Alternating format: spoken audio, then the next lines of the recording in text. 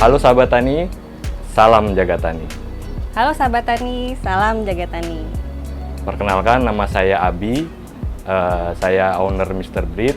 Saya Liantin, saya sama adik saya yang tadi Abi, kita sama-sama punya usaha pertanian kecil-kecilan khususnya anturium. Namanya Mr. Breed, lokasi kita ada di Bekasi. Kemudian kami di sini memanfaatkan lahan pekarangan kami yang ada di rumah. Itu kita manfaatkan menjadi sebuah greenhouse. Kami menggunakan sistem closed system. Kemudian kita menggunakan cell deck. Sebenarnya greenhouse dengan sistem cell deck ini udah ada di beberapa greenhouse di luar negeri. Kita udah tahu udah beberapa lama dan teman-teman juga ada beberapa yang udah pakai. Cuman kala itu yang membuat kita akhirnya memutuskan buat pakai pasang deh nih cell decknya. Abis ketika aku lagi di Thailand, terus abis itu aku main-main ke nursery, terus aku masuk sendiri ke sana dan ngerasain sendiri di sana. Di luar kan Thailand panas ya, beti-beti lah 11-12 sama Bekasi ya, mataharinya ada 7 gitu ya. Terus begitu masuk ke dalam gitu, langsung wow, dingin juga, enak nih. Wah, anak-anak hijau gue nih kayaknya bakalan happy nih di dalam sini gitu. Ya udah akhirnya ya udah deh kita riset, pulang langsung riset, habis itu cari tahu gimana implementasi di lahan kita yang sempit ini. Ya udah akhirnya kita mutusin buat pasang.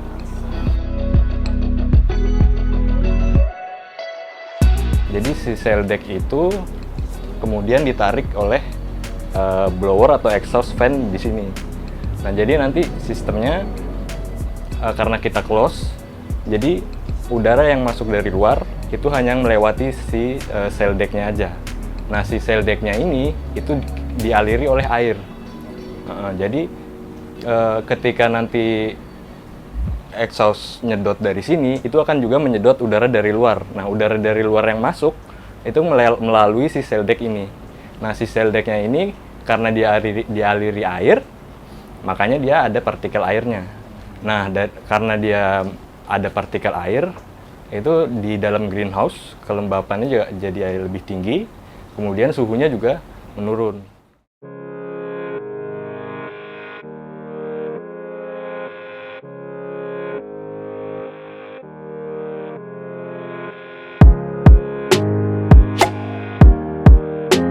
Karena kan kita cuacanya panas banget ya di sini ya, rata-rata mungkin 35, 34, 35 gitu ya. Sedangkan anturium itu kan sukanya di suhu yang sejuk, dingin, adem-adem, sama humidity tinggi. Di sini juga humidity-nya juga rendah banget. Jadi ketika ini anak-anak hijau ini masuk ke dalam cell deck, ya performanya mereka lebih bagus, lebih optimal, dan karakternya juga semakin keluar. Jadi kayak kalau zaman dulu aku beli tanaman sama teman-teman aku di Malang gitu ya, atau di Batu gitu ya, kan kita naksir gara-gara dia panjang, hitam, velvet banget gitu. Udah gitu keluar warnanya, misalnya ada merahnya di sinusnya, keluar warnanya. Begitu nyampe di sini, selang begitu daun barunya hijau.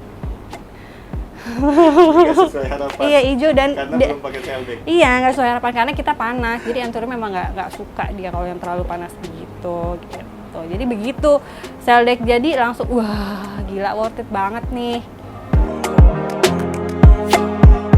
Semua yang ada di Mr. Breed itu orang sebut istilahnya kuping gajah. Nah, kalau dulu kuping gajah kan orang taunya itu cuman yang kristalinum.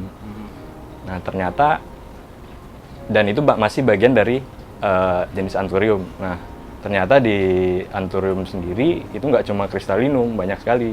Ada anturium magnificum dan lain sebagainya gitu. Sebenarnya untuk ngebreedingnya itu nggak susah. Yang penting telaten, dan karena untuk bisa meningkatkan value dari breednya itu, anakannya itu, jadi kita harus memikirkan indukannya. Jadi indukan mana, indukan antara dua indukan itu, kemudian kita hybrid, kemudian kita harus memikirkan kira-kira yang nanti jadinya bagus itu jenis anturium yang mana sih gitu. Misalkan Anthurium papillaminum, kemudian karena sekarang kan banyak sekali nama dagangnya ya. Nama dagangnya terus ada Anthurium blue, ada RVDP gitu-gitu. Kalau untuk nama dagangnya banyak sekali.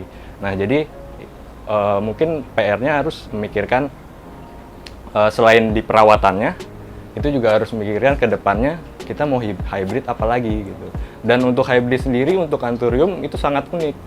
Jadi karena itu hybrid, jadi persilangan antara dua jenis yang berbeda, itu anakannya bahkan nggak semuanya itu sama, seragam. Jadi bahkan setiap individu itu mempunyai karakter sendiri, karakter masing-masing yang berbeda. Gitu. Jadi misal kita jadi 50 benih untuk satu bunga gitu atau satu tongkol. Dari situ kita mendapatkan nggak semuanya sama. Nah, itulah yang membuat si Anthurium ini menarik dan masih bertahan.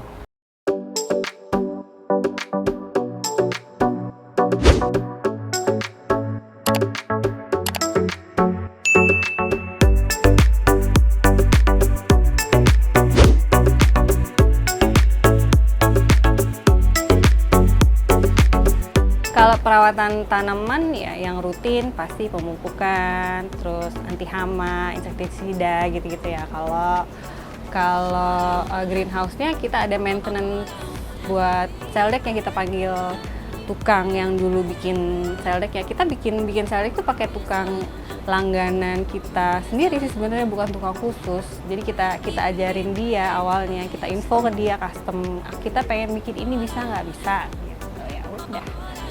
Jadi ada maintenance-nya. Kalau misalkan mau lihat ada maintenance-nya bisa dicek di Instagram kami ada. Nah, iya boleh nama Instagramnya apa? Namanya mrdrip.id. Kalau saya sendiri dulu kuliah di Sosial Ekonomi Pertanian di UGM, di program studi agribisnis. Dan orang tua dari saya kecil juga dari itu sudah merawat tanaman hias, kemudian dari kecil juga saya ibaratnya setiap hari ngeliat lah ibu saya lagi nyiram atau lagi mupuk tanaman hias gitu, makanya saya ada interest ke tanaman hias itu.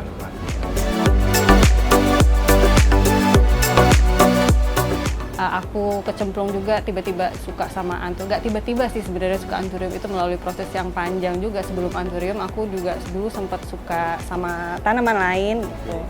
Sampai akhirnya aku sama Abi kepincut sama Anthurium gitu. Terus abis itu ya udah dulunya kita mikirnya gimana ya, kita punya hobi, punya tanaman, kita monetizing aja kali ya.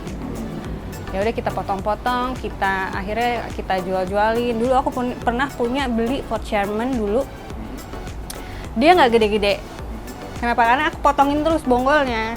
Biar balik modal gitu dulu pertamanya. Ketika balik modal, habis itu kita kumpulin uang lagi, habis itu beli tanaman yang lain, buat beli tanaman yang lain. Jadi kita itu beli tanamannya nggak pakai tabungan sendiri. Gitu. Kayak sekarang juga anak-anak hijau aku tuh mereka ibaratnya ya mereka udah mandiri, bayar listrik sendiri gitu. Jadi aku bayar listrik tuh nggak pakai uang tabungan kita berdua gitu. Jadi dari hasil tanian kita gitu.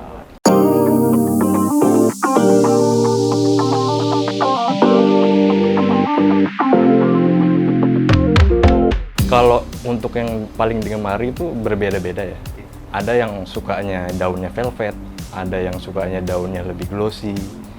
Ada yang suka bentuk daunnya memanjang, ada yang suka bentuk daunnya bulat gitu.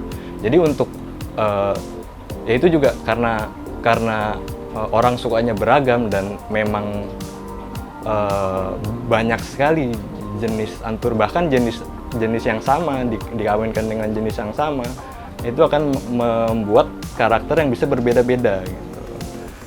Jadi setiap orang punya preferensi atau kegemarannya sendiri terkait dia suka yang mana gitu. Tapi kalau kami lebih ke arah yang kita suka yang gelap-gelap gitu.